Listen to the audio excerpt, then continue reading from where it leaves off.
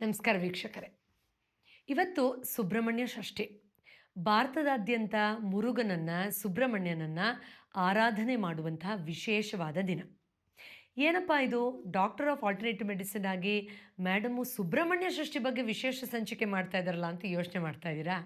ಆದರೆ I am sure ನನ್ನ ಹಳೆ ಥೆರಪಿ ಕ್ಲೈಂಟ್ಸ್ಗಳಿಗೆ ಅಥವಾ ಸ್ಟೂಡೆಂಟ್ಸ್ಗೆ ಈ ಡೌಟ್ ಇರಲ್ಲ. ಯಾಕೆಂದರೆ ನಾನು ಬಹಳ ವರ್ಷಗಳಿಂದ ದೇವರಿಗೂ ಆಧ್ಯಾತ್ಮಕ್ಕೂ ಆರೋಗ್ಯಕ್ಕೂ ಅವಿನಾಭಾವ ಸಂಬಂಧ ಇದೆ ಅನ್ನೋದನ್ನೇ ಪ್ರೊಪೊಗೇಟ್ ಮಾಡ್ತಾ ಬಂದಿದ್ದೀನಿ. ಇದೇ ಕಾರಣಕ್ಕೆ ಸಾಕಷ್ಟು ಸಂಚಿಕೆಗಳಲ್ಲಿ ಶಿವನ ಅವತಾರದಲ್ಲಿ ಯಾವ ರೀತಿ ನಾವು ಆಧ್ಯಾತ್ಮಿಕವಾಗಿ ಪರ್ಸ್ನಾಲಿಟಿ ಡೆವಲಪ್ಮೆಂಟಿಂದ ಹಿಡಿದು ನಮ್ಮ ಆತ್ಮೋದ್ಧಾರದವರೆಗೂ ಹಲವಾರು ವಿಚಾರಗಳನ್ನು ತಿಳ್ಕೊಳ್ಬಹುದು ಅಂತ ಹೇಳಿರೋದಾಗಿರಲಿ, ನವರಾತ್ರಿಯಲ್ಲಿ ಪ್ರತಿ ವರ್ಷ ವಿಶೇಷವಾಗಿ 9 ದಿನಗಳ ಕಾಲ ಕಾರ್ಯಾಗಾರವನ್ನು ಮಾಡಿ ಆ ವಿಚಾರಗಳ ಮೂಲಕ ಆರೋಗ್ಯವನ್ನು ಹೇಗೆ ಚೆನ್ನಾಗಿ ಮಾಡ್ಕೊಳ್ಬಹುದು ಅನ್ನೋದಾಗಿರಬಹುದು, ಅಥವಾ ನಮ್ಮ ಗಣೇಶ ಇರಬಹುದು, ಲಕ್ಷ್ಮಿ, ಹನುಮಾನ್, ರಾಮ, ಈ ಎಲ್ಲ ಬೇರೆ ಬೇರೆ ವಿಚಾರಗಳಲ್ಲಿ ಅಥವಾ ಅನುಭವಗಳಲ್ಲಿ ದೇವಸ್ಥಾನಗಳಿಗೆ ಹೋದಾಗ, ಅಥವಾ ಆ ಒಂದು ಆಧ್ಯಾತ್ಮಿಕ ಅನುಭವವನ್ನು ಯಾವ ರೀತಿ ನಾವು ಧ್ಯಾನದಲ್ಲಿ ಅಳವಡಿಸ್ಕೊಳ್ಬಹುದು ಅನ್ನೋದಾಗಿರಬಹುದು, ಹಬ್ಬ ಹರಿದಿನಗಳಲ್ಲಿ ನಾನು ಹೇಳ್ತಾನೆ ಬಂದಿದ್ದೀನಿ. ನೀವು ಕೂಡ ಸಾಕಷ್ಟು ಈ ವಿಚಾರದ ವಿಡಿಯೋಗಳನ್ನು ವೈರಲ್ ಮಾಡಿದ್ದೀರಾ. ನನಗೆ ತುಂಬ ಸ್ಪಷ್ಟವಾಗಿ ನೆನಪಿದೆ, ಅಯೋಧ್ಯೆಯಲ್ಲಿ ಎಂಥ ಅದ್ಭುತವಾದ ಅನುಭವ ಆಯಿತು, ರೋಮಾಂಚನವಾದಂಥ ಅನುಭವ ಅದು. ಆಗ ಲೈವ್ ಬಂದಿದ್ದು, ಮಹಾಕುಂಭಮೇಳಲ್ಲಿ ಮತ್ತೆ ಮತ್ತೆ ವೀಡಿಯೋಸ್ ಮಾಡಿ ಲೈವ್ ಬಂದು ಅದರ ಆಂತರಿಕ ವಿಚಾರಗಳನ್ನು, ಆರೋಗ್ಯಕ್ಕೆ ಸಂಬಂಧಪಟ್ಟ ರಹಸ್ಯಗಳನ್ನು ತಿಳಿಸಿದ್ದು, ಇದೆಲ್ಲದನ್ನು ನೀವು ಎಂಜಾಯ್ ಮಾಡಿದ್ದೀರಾ. ಸೊ ಈ ಸಂಚಿಕೆ ಕೂಡ ಅದೇ ಉದ್ದೇಶದಲ್ಲಿ ಮಾಡ್ತಾ ಇದ್ದೀನಿ. ಈಗ ಸ್ಟ್ರೇಟಾಗಿ ವಿಷಯಕ್ಕೆ ಬರೋಣ. ಇಲ್ಲಿ ಸುಬ್ರಹ್ಮಣ್ಯನನ್ನು ನಾವು ದೋಷ ನಿವಾರಣೆಗೆ ಅಥವಾ ದೋಷಗಳನ್ನು ಸರಿ ಮಾಡ್ಕೊಳ್ಳೋಕ್ಕೋಸ್ಕರ ಮಾತ್ರ ಪೂಜೆ ಮಾಡೋದನ್ನು ನೋಡಿದ್ದೀವಿ. ಈಗ ಮದುವೆ ಆಗ್ತಾ ಇಲ್ಲ, ಕುಜದೋಷ ಅಥವಾ ಜಮೀನು ನೆಲದೇನಾದರೂ ಇಶ್ಯೂ ಇದ್ದರೆ ಸುಬ್ರಹ್ಮಣ್ಯ, ಅಥವಾ ಸ್ಕಿನ್ ಇಶ್ಯೂ ಇದ್ದರೆ ಸುಬ್ರಹ್ಮಣ್ಯನ ಪೂಜೆ ಮಾಡಿ ಅಂತ ಹೇಳ್ತಾರೆ. ಇದೆಲ್ಲ ಕೇಳಿದ್ದೀರ. ಬಟ್ ಅದಕ್ಕೆ ಮಾತ್ರ ಸೀಮಿತನ ಇದು, ಅಥವಾ ಆ ವಿಷಯಕ್ಕೆ ಯಾಕೆ ಈ ಎನರ್ಜಿಯನ್ನು, ಡೈಟಿಯನ್ನು ಕನೆಕ್ಟ್ ಮಾಡಿದ್ದಾರೆ ಅಂತ ತಿಳ್ಕೊಂಡ್ರೆ ನಿಜವಾಗ್ಲೂ ಆಶ್ಚರ್ಯ ಅನಿಸುತ್ತೆ. ಯಾಕೆಂದರೆ ಶಿವ ಮತ್ತು ಶಕ್ತಿಯ ಸಮ್ಮಿಲನದಲ್ಲಿ ಆ ಕಂಪ್ಲೀಟ್ ಅವೇರ್ನೆಸ್ ಏನಿದೆ, ಆ ಸಂಪೂರ್ಣ ಜಾಗೃತಿಯ ಸ್ಥಿತಿ ಏನಿದೆ, ಆ ಸ್ಥಿತಿಯೇ ಸುಬ್ರಹ್ಮಣ್ಯ ಅಥವಾ ಕಾರ್ತಿಕೇಯ. ಹೇಗೆ? ಹೌದು, ನಾವು ನಮ್ಮ ಕುಂಡಲಿನಿಯನ್ನು ಸಂಪೂರ್ಣವಾಗಿ ಜಾಗೃತ ಮಾಡಿಕೊಂಡಿದ್ದೇ ಆದರೆ ಯಾವ ಸಂಭ್ರಮ, ಯಾವ ಪರಿಪೂರ್ಣತೆ, ಯಾವ ಸಂಪೂರ್ಣತೆನ ಅನುಭವಿಸ್ತೀವೋ ಆ ಪಿಕ್ಚರೈಸೇಷನ್ನ ಒಂದು ರೀತಿಯಲ್ಲಿ ನಾವು ಮುರುಘ, ಕಾರ್ತಿಕೇಯ ಅಥವಾ ಸುಬ್ರಹ್ಮಣ್ಯನ ಮೂಲಕ ನೋಡ್ಬೋದಾಗಿದೆ. ಇಲ್ಲಿ ಇದನ್ನು ವಿಸ್ತಾರವಾಗಿ ನಾವು ನೋಡಬಹುದು, ಆದರೆ ಆದಷ್ಟು ಸರಳವಾಗಿ ನಾನು ಇದನ್ನು ಹೇಳ್ತೀನಿ. ಆ್ಯಂಡ್ ವೀಕ್ಷಕರೇ, ಕೆಲವೊಂದು ಅನುಭವಗಳು ನಾನು ಧ್ಯಾನದಲ್ಲಿ ತುಂಬ ಆಳವಾಗಿ ಗಮನಿಸಿರೋದಿರಬಹುದು, ಕೆಲವೊಂದು ಕೇಳಿ ತಿಳ್ಕೊಂಡಿರೋದಿರಬಹುದು, ಕೆಲವೊಂದು ಪೌರಾಣಿಕ ಪುಸ್ತಕಗಳಲ್ಲಿ ಓದಿರೋದಿರಬಹುದು. ಇಲ್ಲಿ ಯಾವುದನ್ನು ಇದು ಹೀಗೆ ಅಲ್ಲ ಅನ್ನೋ ಧೋರಣೆಯಲ್ಲಿ ಮಾತಾಡ್ತಾ ಇರೋದು ಖಂಡಿತ ಅಲ್ಲ. ಆದರೆ ಈ ಥರದ ಒಳ್ಳೆಯ ವಿಚಾರಗಳನ್ನು ಅಳವಡಿಸ್ಕೊಳ್ಳೋದ್ರಿಂದ ಯಾವ ಸೈಡ್ ಎಫೆಕ್ಟ್ಸೂ ಇಲ್ಲ, ಅಥವಾ ಬೇರೆ ಯಾವ ಕನ್ಫ್ಯೂಷನ್ಸ್ಗೂ ಅದು ಲೀಡ್ ಮಾಡೋದಿಲ್ಲ. ಆದ್ದರಿಂದ ಮುಕ್ತವಾಗಿ ನಾನು ಇದನ್ನು ಹಂಚ್ಕೊಳ್ತಾ ಇದ್ದೀನಿ. ನಾನು ಆಗಲೇ ಹೇಳಿದಾಗೆ ಶಿವ ಮತ್ತು ಶಕ್ತಿಯ ಸಮ್ಮಿಲನದಲ್ಲಿ, ಅಂದರೆ ನಾವು ನಮ್ಮ ಕುಂಡಲಿನಿಯ ಶಕ್ತಿಯನ್ನು ಗಮನಿಸಿದಾಗ, ಅದನ್ನು ಜಾಗೃತ ಮಾಡಿಕೊಂಡಾಗ ಯಾವ ರೀತಿ ಆ ಅಜ್ಞಾನದ ಗಂಟುಗಳನ್ನು ಬಿಚ್ಚುತ್ತಾ ಮೇಲಕ್ಕೆ ಹೋಗ್ತೀವೋ ಅದೇ ರೀತಿ 6 ಮುಖಗಳ ಸುಬ್ರಹ್ಮಣ್ಯನನ್ನು ನಾವು ಸಂಭ್ರಮದಿಂದ ನೋಡ್ಬೋದಾಗಿದೆ. ಇಲ್ಲಿ 6 ಮುಖಕ್ಕೆ ಬೇರೆ ಬೇರೆ ಬೇರೆ ಅರ್ಥಗಳನ್ನು ಹೇಳ್ತಾರೆ. ಬಟ್ ಒಂದು ಪ್ರಮುಖ ಅರ್ಥದಲ್ಲಿ 6 ದಿಕ್ಕುಗಳು ಅಂತ ಹೇಳ್ತಾರೆ, ಅಥವಾ 6 ಚಕ್ರಗಳ ಸ್ಥಿತಿಯನ್ನು ಜಾಗೃತ ಮಾಡಿಸಿದವ ಅಂತ ಕೂಡ ಹೇಳ್ತಾರೆ. ಇನ್ನು ಸುಬ್ರಹ್ಮಣ್ಯನಿಗೆ 6 ಮುಖ ಯಾಕೆ ಬಂತು, ಆ ಕಥೆ ಅಂತೂ ನಮಗೆ ಗೊತ್ತೇ ಇದೆ.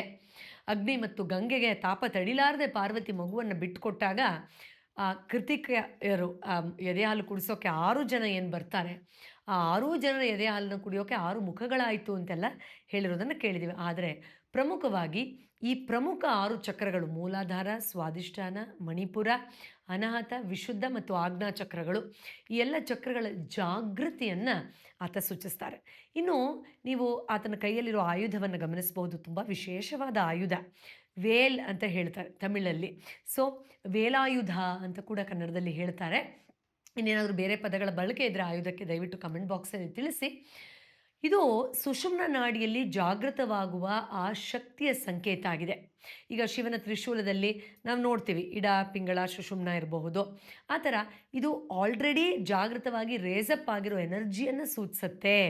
ಆ್ಯಂಡ್ ಈ ಜಾಗೃತಿಯಲ್ಲಿ, ಈ ಕಂಪ್ಲೀಟ್ನೆಸ್ನಲ್ಲಿ ಆತ ಏನು ಮಾಡ್ತಾರೆ, ಬೇರೆ ಬೇರೆ ಅಸುರರ ವಧೆಯನ್ನು ಮಾಡ್ತಾರೆ. ಅಲ್ವಾ? ಈಗ ಸುರಪದ್ಮ ಅಂತ ನಾವು ಕತೆ ಕೇಳಿದ್ದೀವಿ. ಅವರ ವಧೆಯನ್ನು ಮಾಡ್ತಾರೆ. ಆಮೇಲೆ ಬೇರೆ ಬೇರೆ ಕತೆಗಳಲ್ಲಿ ಆತನೇ ನವಿಲಾಗಿ ಪರಿವರ್ತನೆ ಆಗಿದ್ದು, ಮತ್ತು ಕುಕ್ಕುಟ ಧ್ವಜ ಅವನು. ಆ ಅರಿವಿನ ಸಂಕೇತವಾದ ಆ ಕುಕ್ಕುಟ ಕೂಗುವ ಆ ಅರಿವು, ಬೀಯಿಂಗ್ ಆಲ್ವೇಸ್ ಅಲರ್ಟ್, ಅದನ್ನು ಕೂಡ ರೆಪ್ರೆಸೆಂಟ್ ಮಾಡುತ್ತೆ ಅಂತೆಲ್ಲ ನಮಗೆ ಗೊತ್ತಿದೆ ಕತೆ ನೋಡೋದಾದರೆ. ಆದರೆ ಆ ವೇಲಾಯುಧ, ವೇಲೇನಿದೆ, ಆ ಜಾಗೃತವಾದ ಸ್ಥಿತಿಯ ಶಕ್ತಿಯ ಮೂಲಕ ರಾಕ್ಷಸರನ್ನ ವಧೆ ಮಾಡ್ತಾರೆ ಅಂತಾದರೆ, ನಮ್ಮ ಮೂಲಾಧಾರದಲ್ಲಿ ಲೋವರ್ ಟೆಂಡೆನ್ಸಿ ಡಿಮಾನಿಕ್ ಫೋರ್ಸಸ್ ಏನೇನಿದೆ ಅದರ ವಧೆ ಅಂದರೆ ಏನು? ಈಗೋ, ಅಹಂ ಇರಬಹುದು, ಅಜ್ಞಾನ ಇರಬಹುದು. ಇಲ್ಲಿ ನಾವೆಲ್ಲ ಏನೇನು ಲೋವರ್ ಟೆಂಡೆನ್ಸಿನ ಎಕ್ಸ್ಪೀರಿಯೆನ್ಸ್ ಮಾಡ್ತೀವಿ ನಮ್ಮ ಮೂಲಾಧಾರ ಚಕ್ರದಲ್ಲಿರೋದು, ಅದು ಇನ್ಸೆಕ್ಯೂರಿಟಿ ಇರಬಹುದು, ಸಾವಿನ ಭಯ ಇರಬಹುದು ಅಲ್ವಾ, ಅಹಂ ಇರಬಹುದು, ತುಂಬ ವ್ಯಾಮೋಹ, ಎಕ್ಸೆಸಿವ್ ಡಿಸೈರ್ ಇರಬಹುದು, ಅದೆಲ್ಲದನ್ನು ಸಂಕೇತಿಸುತ್ತೆ. ಓಕೆ, ಇನ್ನು 6 ಚಕ್ರಗಳು ಅಂತ ಹೇಳಿದ್ರಿ. 7ನೇದು ಅಂತ ಹೇಳಿದಾಗ ನಾವು ಎಲ್ಲ ಆಲ್ಮೋಸ್ಟ್ ಸುಬ್ರಹ್ಮಣ್ಯ ಟೆಂಪಲ್ನ ಬೆಟ್ಟದ ಮೇಲೆ ನೋಡ್ತೀವಿ ಅಲ್ವಾ? ಎಸ್. ಸೊ ಆ ಸಹಸ್ರಾರದ ಮೇಲೆ, ಆ ಶಿಖರದ ಮೇಲೆ ಕುಳಿತವನು. ಸೊ ನಾವು ಕುಂಡಲಿನಿಯನ್ನು ಕೂಡ ರೇಸ್ ಮಾಡ್ತಾ ಮಾಡ್ತಾ V YONO bring in explanations where we say ಅದು ಟಾಪ್ ಆಫ್ ದ ಕ್ರೌನಿಗೆ ಹೋಗುತ್ತೆ, ಇತ್ಯಾದಿ ಇತ್ಯಾದಿ ಅಂತೆಲ್ಲ ನಾವು ಎಕ್ಸ್ಪ್ಲೇನ್ ಮಾಡ್ತೀವಿ. ಸೊ ಆ ಕಂಪ್ಲೀಟ್ನೆಸ್ಸಿನ ಫಾರ್ಮಲ್ಲಿ ಆತ ಕುಳಿತಿದ್ದಾರೆ. ಆ ಎಲ್ಲ ಕ್ಯಾರೆಕ್ಟರಿಸ್ಟಿಕ್ಸ್ ಏನಿದೆ, ಆ ಸಂಭ್ರಮ ಏನಿದೆ, ನಾವು ನಮ್ಮ ಎನರ್ಜಿಯನ್ನು ಜಾಗೃತ ಮಾಡಿಕೊಳ್ಳೋ ಪ್ರತಿ ಅನುಭವದಲ್ಲೂ ನೋಡಬಹುದಾಗಿದೆ. ಎಷ್ಟು ಅದ್ಭುತ ಅಲ್ವಾ? ಸಣ್ಣದಾಗಿ ತಿಳ್ಕೊಂಡ್ರೂ ಎಷ್ಟೆಲ್ಲ ರಹಸ್ಯಗಳಿದೆ. ಮತ್ತು ಆ ಅವೇರ್ಫುಲ್ ಸ್ಟೇಟ್, ಆ ಕಂಪ್ಲೀಟ್ ಸ್ಟೇಟ್, ಆ ಕಂಪ್ಲೀಟ್ ಸೆಲೆಬ್ರೇಷನ್, ಆ ಯೂನಿಯನ್ಶಿಪ್, ಅದರ ಸಹಾಯದಿಂದ ಏನೆಲ್ಲ ಪೂರ್ವಜನ್ಮದ ಕಾರ್ಮಿಕ್ ಬ್ಲಾಕೇಜಸ್ ಇದೆ, ಅಜ್ಞಾನದ ಬ್ಲಾಕೇಜಸ್ ಇದೆ, ಆ ಬ್ಲಾಕೇಜಸ್ಸಿಂದ ವಿಚಿತ್ರವಾದ ದೋಷಗಳು ಈ ಜನ್ಮದಲ್ಲಿ ಏನಾಗಿದೆ ಅದರಿಂದ ಮುಕ್ತಿ ಪಡೆಯುವಂಥದ್ದು. ಸೊ ಅಲ್ಲಿ ಪೂಜೆ ಮಾಡ್ತಾ ಇಲ್ಲೇನು ಪೂಜೆ ಮಾಡಬೇಕು, ಅಲ್ಲಿ ಆರಾಧನೆ ಮಾಡ್ತಾ ಇಲ್ಯಾವ ಜಾಗೃತಿ ಬರಬೇಕು ತಿಳ್ಕೊಳ್ಳದೆ ಆರಾಧನೆಗಳನ್ನು ಮಾಡಿದಾಗ ಅದು ಕೇವಲ ಒಂದು ರಿಚುವಲ್ ಆಗಿ ಉಳಿದೋಗುತ್ತೆ. ಅಥವಾ ಮಾಡಿಲ್ಲ, ನಾನೇನೋ ತಪ್ಪು ಮಾಡಿಬಿಟ್ಟೇನೋ, ಮಾಡಬೇಕು ಅಯ್ಯೋ ಅನ್ನೋ ಭಯನೇನೋ ಅನ್ನೋಗೆ ಉಳಿದೋಗುತ್ತೆ. ಹಾಗೆ ಆಗಬಾರ್ದು, ಹೌದಲ್ವಾ? ಸೊ ಇಲ್ಲಿ ಇನ್ನೊಂದು ತುಂಬ ನನ್ನ ಫೇವ್ರೆಟ್ ಪಾರ್ಟ್ ಒಂದು ನಾನು ಹೇಳಲೇಬೇಕು. ಇಲ್ಲಿ ಗುಹೆಯೊಳಗೆ ನಾನು ಮಲೇಷ್ಯಾಗೆ ಹೋದಾಗ ನಿಮ್ಗೆ ಗೊತ್ತಿರಬಹುದು, ಮುರುಗನ್ ತುಂಬ ಫೇಮಸ್ ಟೆಂಪಲಲ್ಲಿ ತುಂಬ ದೊಡ್ಡದೊಂದು ಗೋಲ್ಡನ್ ಇದ್ರ ಥರ ಕಾಣಿಸೋ ಥರದೊಂದು ಸ್ಟ್ರಕ್ಚರ್ ಮಾಡಿದ್ದಾರೆ. ನೀವು ನೋಡಿರ್ತೀರ ಅನಿಸುತ್ತೆ ಪಿಕ್ಚರ್ಗಳಲ್ಲಿ. ಅಲ್ಲಿ ಬಹಳ ವರ್ಷಗಳ ಹಿಂದೆ ನಾನು ಹೋಗಿದ್ದೆ. ಅಲ್ಲಿ ಒಳಗಡೆ ಗುಹೆಯಲ್ಲಿ ಅದ್ಭುತ ರೋಮಾಂಚನಕರವಾದ ಅನುಭವ ಆಗುತ್ತೆ. ನಮಗಂತೂ ಸೀಲಿಂಗಲ್ಲೆಲ್ಲ ನೋಡಿದಾಗ ಏನೋ ಸರ್ಪಗಳೆಲ್ಲ ಎಡೆಯೆತ್ತಿ ನಿಂತಿದ್ದಾವೇನೋ ಅನ್ನೋ ಹಾಗೆ ಭಾಸ ಆಗುತ್ತೆ. ಮತ್ತು ತುಂಬ ಆಳವಾದ ನನಗೆ ಸ್ಪಿರಿಚುವಲ್ ಎಕ್ಸ್ಪೀರಿಯೆನ್ಸಸ್ ಕೂಡ ಆ ಜಾಗದಲ್ಲಿ ಆಗಿದ್ದು ಉಂಟು. ಬಟ್ ಅದು ಎಲ್ಲೇ ನಾವು ಹೋದರೂ ಅದು ಒಂದು ಒಳಗಡೆ ಗುಪ್ತವಾಗಿರೋ ಗುಹೆ ಥರ ಇರೋ ಜಾಗ. ಗುಹೆಗಳ ರಹಸ್ಯ ಏನು ಅಂತ ತುಂಬ ಫೇಮಸ್ ಒಂದು ವಿಡಿಯೋ ಇದೆ ಯೂಟ್ಯೂಬಲ್ಲೇ. ಸಾಧ್ಯ ಆದರೆ ನಾನು ಅದು ಲಿಂಕ್ ಮತ್ತೆ ಶೇರ್ ಮಾಡ್ತೀನಿ, ದಯವಿಟ್ಟು ನೋಡಿ. Anyway, coming back. ಸೊ ಈ ಗುಹೆಯನ್ನು ನಾವು ಹೃದಯದೊಳಗಿರುವ ಗುಹೆ, ಇನ್ಫ್ಯಾಕ್ಟ್ ನಾನು ಕುಂಡಲಿನಿ ಬಗ್ಗೆ ಹೇಳಬೇಕಾದ್ರೆ ಕ್ಲಾಸಸಲ್ಲಿ ಹೇಳ್ತಾ ಇರ್ತೀನಿ, ಹಾರ್ಟಿಂದ ಕೂಡ ಅದರ ಓಪನಿಂಗ್ ಆಗೋಕ್ಕೆ ಸಾಧ್ಯ ಇದೆ. ದೆರ್ ಇಸ್ ಒನ್ ಪಾಸಿಬಿಲಿಟಿ ಅಂತ, ಅದನ್ನು ವಿಸ್ತಾರವಾಗಿ ನಾವು ಅದನ್ನು ಎಕ್ಸ್ಪ್ಲೇನ್ ಮಾಡ್ತೀವಿ, ಬೇರೆ ವಿಷಯ. ಸೊ ಆ ಹೃದಯದ ಗುಹೆ ಇರಬಹುದು, ಅಥವಾ ನಮ್ಮ ಅಂತರ್ಪ್ರಪಂಚದ ಗುಹೆ ಇರ್ಬೋದು, ಕೇವ್ ಆಫ್ ಇನ್ನರ್ ಕಾನ್ಷಿಯಸ್ನೆಸ್ ಅಂತ ಹೇಳ್ತೀವಿ, ಅಥವಾ ಆ ಕುಂಡಲಿನಿಯ ಗುಹೆ ಗುಪ್ತವಾಗಿ ಸುಪ್ತವಾಗಿ ಅದು ಕೂತಿರುತ್ತಲ್ಲ ನಮ್ಮ ಮೂಲಾಧಾರದ ಇದರಲ್ಲಿ, ಆ ಒಂದು ಕನ್ಸರ್ವ್ಡ್ ಎನರ್ಜಿಯನ್ನು ನಾವಿಲ್ಲಿ ನೋಡ್ಬೋದಾಗಿದೆ. ಎಷ್ಟು ಅದ್ಭುತ ಅಲ್ವಾ? So when you go deep, when you investigate, ನಾವು ಗುಹೆ ಒಳಗಡೆ ಹೋಗ್ಬೇಕಾದ್ರೆ ಯಾವ ಥರ ಹೋಗ್ತೀವಿ ಅದನ್ನು ನಾವು ಯೋಚನೆ ಮಾಡ್ಬೋದಾಗಿದೆ ಅಲ್ವಾ? ಎಸ್. ಸೊ ಆ ಒಂದು ಕ್ಲಾರಿಟಿ ಇರ್ಬೋದು, ಕನ್ವಿಕ್ಷನ್ ಇರ್ಬೋದು, ಡೆಡಿಕೇಶನ್ ಇರ್ಬೋದು, ಫಿಯರ್ಲೆಸ್ನೆಸ್ ಇರಬಹುದು, ಒಳಗೇನಿದೆ ನೋಡಲೇಬೇಕು ಅನ್ನೋ ಉತ್ಸಾಹ, ಕ್ಯೂರಿಯಾಸಿಟಿ ಇರಬಹುದು.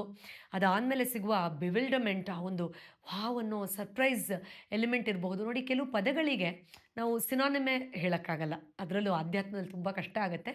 ಬಟ್ ಎನಿವೆ, ಸೊ ಈ ರೀತಿ ಅಟ್ಲೀಸ್ಟ್ ಒಂದು ಹೆಜ್ಜೆ ಒಳಗೆ ಹೋಗಿ ಎಲ್ಲ ದೇವರ ಆರಾಧನೆಯನ್ನು ಮಾಡ್ತಾ ಹೋದರೆ ಅಬ್ಬಬ್ಬಾ, ಎಷ್ಟು ಸೈಂಟಿಫಿಕ್ ಆಗಿ ಸ್ಪಿರಿಚುವಲಿ ಅಲೈನ್ಡ್ ಆಗಿದ್ದರು ನಮ್ಮ ಆ್ಯನ್ಸಿಸ್ಟರ್ಸ್. ದೇವರ ರೂಪದಲ್ಲೇ ಜ್ಞಾನವನ್ನು ಯಾವ ರೀತಿ ಹಂಚ್ತಾ ಇದ್ರು ಅನ್ನೋದು ಹೆಮ್ಮೆ ಆಗುತ್ತೆ. ಅಷ್ಟೇ ಅಲ್ಲ, ಇದೆಲ್ಲವೂ ನಮ್ಮ ಏಳಿಗೆಗೆ, ಆರೋಗ್ಯಕ್ಕೆ, ಸಮೃದ್ಧ ಜೀವನಕ್ಕೆ ಕನೆಕ್ಟೆಡ್ ಆಗಿದೆ ಅನ್ನೋದು ಅತ್ಯಂತ ಸುಂದರವಾದ ವಿಷಯ ರೀ. ಎಸ್, ಇದನ್ನೇ ಹೇಳಬೇಕು ಅಂತ ನಾನೊಂದು ವಿಶೇಷ ಸಂಚಿಕೆ ಇವತ್ತು ಮಾಡಿದೆ. ನಿಮ್ಮೆಲ್ರಿಗೂ ಇಷ್ಟ ಆಗಿದ್ದರೆ, ಅದರಲ್ಲೂ ಯಾವ ಭಾಗ ಇಷ್ಟ ಆಯಿತು ಕಮೆಂಟ್ ಬಾಕ್ಸಲ್ಲಿ ತಿಳಿಸೋದು ಮರಿಬೇಡಿ. ಆ್ಯಂಡ್ ಎಸ್, ಕುಂಡಲಿನಿ ಜಾಗೃತಿಯ ಬಗ್ಗೆ ಎಷ್ಟೋ ಊಹಾಪೋಹ ಇದೆ, ಕಲ್ಪನೆ ಇದೆ, ಏನೇನೋ ಕನ್ಫ್ಯೂಷನ್ಸ್ ಇದೆ. ಅಯ್ಯೋ! ಇದೆಲ್ಲ ನಮ್ಮಂಥವ್ರಿಗೆಲ್ಲ ಬೇಡಪ್ಪ ಅನ್ನೋ ಭಯ ಇದೆ.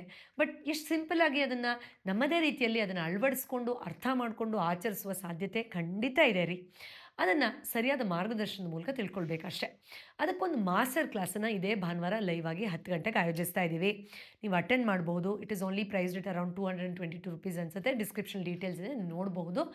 ಇಲ್ಲಿ ಒಂದು 90 ಮಿನಿಟ್ಸ್ಗಿಂತ ಹೆಚ್ಚು ಟೈಮಿನ ಪ್ರೊಲಾಂಗ್ಡ್ ವಿಡಿಯೋದಲ್ಲಿ ಇದ್ರ ಬಗ್ಗೆ ನೀವು ತಿಳ್ಕೊಳ್ಬಹುದಾಗಿದೆ. ಇನ್ನು ನಮ್ಮ ಸೆಲ್ಫ್ ಲವ್ 365 ಇನ್ನೇನು ಕೆಲವೇ ದಿನಗಳು ಉಳಿದಿದೆ. ಎಂಟೈರ್ ವರ್ಷ ನೀವು ನಮ್ಮ ಜೊತೆಯಲ್ಲಿ ಯೋಗ, ಪ್ರಾಣಾಯಾಮ, ಮೈಂಡ್ ಪ್ರೋಗ್ರಾಮಿಂಗು, ನ್ಯೂರೋಲಿಂಗ್ವಿಸ್ಟಿಕ್ ಪ್ರೋಗ್ರಾಮಿಂಗು, ಸಬ್ನಿಮಲ್ ಪ್ರೋಗ್ರಾಮಿಂಗ್ ಇರಬಹುದು, ಅಥವಾ ಗೈಡೆಡ್ ಮೆಡಿಟೇಷನ್ಸ್ ಇರಬಹುದು, ಅಥವಾ ನಮ್ಮ ಜೊತೆಯಲ್ಲಿ ಒಂದು ವೆಲ್ನೆಸ್ ಕಮ್ಯುನಿಟಿಲಿ ಲೈಫ್ ಟೈಮ್ ಕನೆಕ್ಟ್ ಆಗೋ ಆಪರ್ಚುನಿಟಿ ಇರ್ಬೋದು, ಎಲ್ಲ ಪಡ್ಕೊಳ್ಬಹುದು. ಬಟ್ ಫಸ್ಟ್ ಆಫ್ ಆಲ್ ನಿಮಗೆ ಸೆಲ್ಫ್ ಲವ್ ಅಂದರೆ ಏನು ಅಂತಲೇ ಅರ್ಥ ಆಗದೇ ಇದ್ದರೆ ಅದು ಏನು ಉಪಯೋಗಕ್ಕೆ ಬರಲ್ಲ. ಆದ್ದರಿಂದ ನಿಮ್ಮನ್ನು ನೀವು ಸ್ವಯಂ ಪ್ರೀತಿಯಿಂದ ಸಬಲೀಕರಣ ಮಾಡ್ಕೊಳ್ಳೋದು ಹೇಗೆ ಅನ್ನೋದನ್ನು ಒಂದು ಮಾಸ್ಟರ್ ಕ್ಲಾಸಲ್ಲಿ ಹೇಳ್ಕೊಡ್ತಾ ಇದ್ದೀನಿ. ಅದು ಇದೇ ಶನಿವಾರ ರಾತ್ರಿ 8 ಗಂಟೆಗೆ ನಾವು ಆಯೋಜಿಸ್ತಾ ಇದ್ದೀವಿ. ನೀವು ಅದನ್ನು ಅಟೆಂಡ್ ಮಾಡಿಕೊಂಡು ಅದರಿಂದ ನಿಮ್ಮ ಹೊಸ ವರ್ಷಕ್ಕೆ ನೀವು ಹೆಜ್ಜೆಯನ್ನು ಹಾಕಬಹುದು. ಸೊ ಅದರ ಡೀಟೇಲ್ಸ್ ಕೂಡ ಕಮೆಂಟ್ ಬಾಕ್ಸಲ್ಲಿ ಡಿಸ್ಕ್ರಿಪ್ಷನ್ಲಿದೆ, ಅದನ್ನು ಕೂಡ ನೋಡಬಹುದು. ಮತ್ತೆ ಭೇಟಿಯಾಗ್ತೀನಿ ಮುಂದಿನ ಸಂಚಿಕೆಯಲ್ಲಿ ಇನ್ನೊಂದು ವಿಶೇಷವಾದ ಔಷಧರಹಿತ ಚಿಕಿತ್ಸೆಯ ಸಲಹೆ ಜೊತೆಯಲ್ಲಿ. ನಮ್ಮ holistic therapist doctor Poorvi Jayaraj WhatsApp ಚಾನಲ್ನ ಫಾಲೋ ಮಾಡೋದನ್ನು ಮರಿಬೇಡಿ, so that you can get a lifetime access to our community where we share such beautiful insights on a daily basis. ಎಲ್ರಿಗೂ ಒಳ್ಳೆಯದಾಗಲಿ. ಮತ್ತೊಮ್ಮೆ ಸುಬ್ರಹ್ಮಣ್ಯ ಷಷ್ಠಿಯ ಶುಭಾಶಯಗಳು. ನಮಸ್ಕಾರ.